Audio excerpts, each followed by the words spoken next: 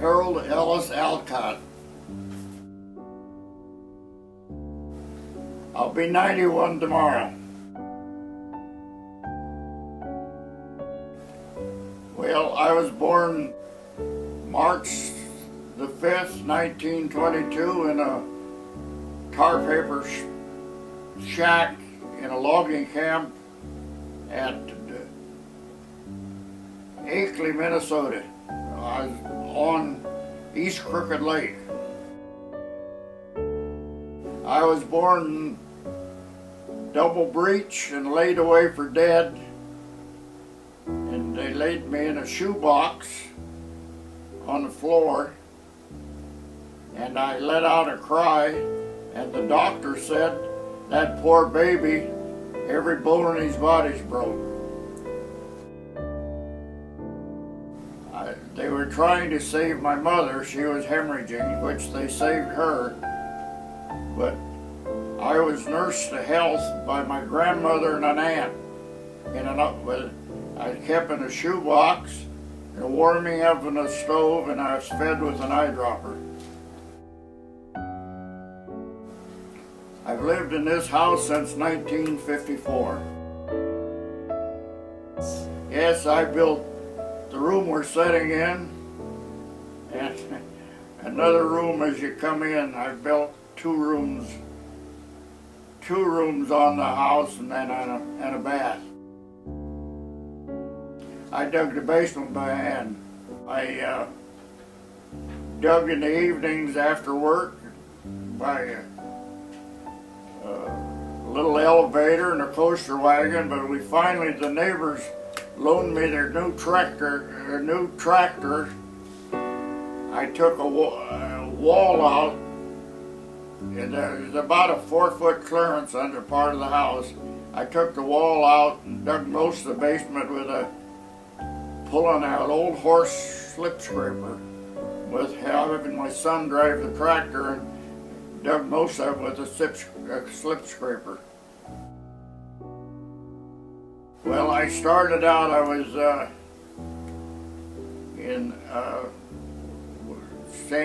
sent to Fort Smith, Arkansas with the 14th Armored Division, 125th Armored Engineer Battalion. I was 20 years old.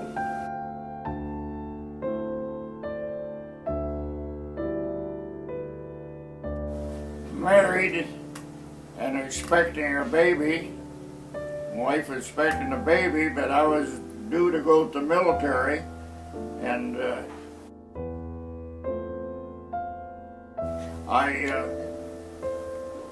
I left the 14th Armored when they cut the size of the armored divisions down. They were too bundlesome. We formed a new division. I was in the 245th Combat Engineers at Camp Shelby, Mississippi. I went overseas with that outfit, and we were at Camp Sea Mills at Bristol, England. Christmas Eve in 1944, we were all into the tavern. Going to celebrate Christmas. They rounded us up. We shipped out for the Battle of the Bulge. I got on an English ship, the wrong ship, and took 5 days to cross the English Channel and go to Rouen, France. I never knew why it took so long for such a short distance, but there's such a large convoy unloading at Rouen, France for the Battle of Germany, which I got in on, and after getting their equipment, I went and assigned with General Patton's Third Army in the Battle of Germany.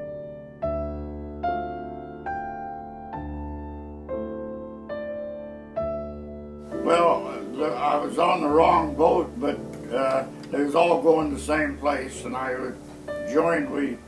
and my buddy, we joined our regiment when we unloaded. It was all going to the same address.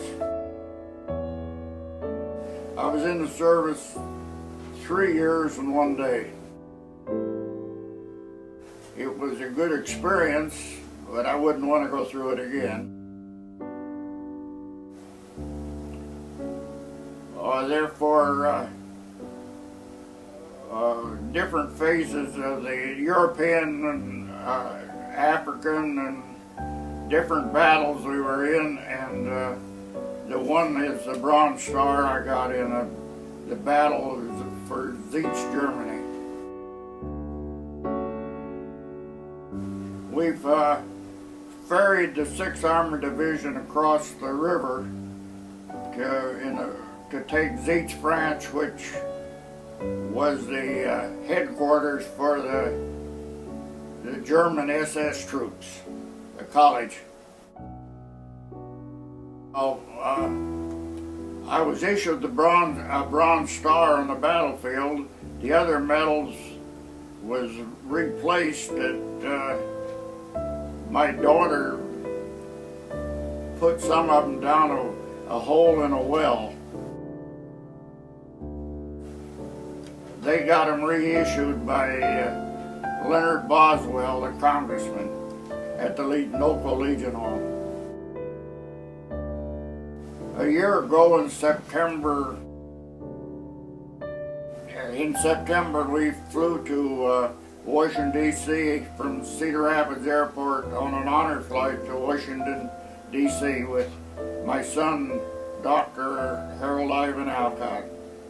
And we had a great day, a long day, and visited all the war memorials in Washington, D.C.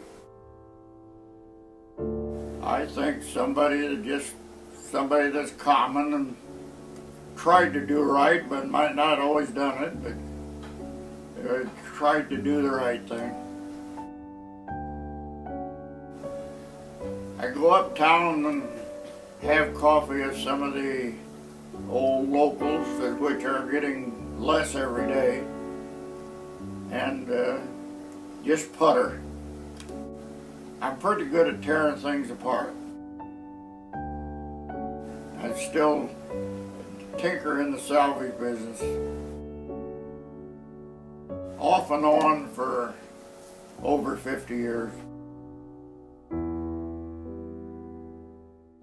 Old Zeke Perkins sold his hogs the other day, and like a gosh damn fool throwed his money all away. He went in town sitting on a board, and he come chugging home in the damn little Ford. He went through the fence down the lane. Randy saw him coming, and she nearly went insane. He kicked at the pedals, and he broke out the glass and tore down the top, but the little old Ford, it just wouldn't stop. He took out his knife, and he smiled so serene. He cut a hole in the tank and drained out the gasoline. He went through the fence and down the lane. Randy saw him coming. She nearly went insane. He went through the fence, and he landed in a heap in a big muddy pool about 6 feet deep. That's basically the way it was. I got a little over the head of that, but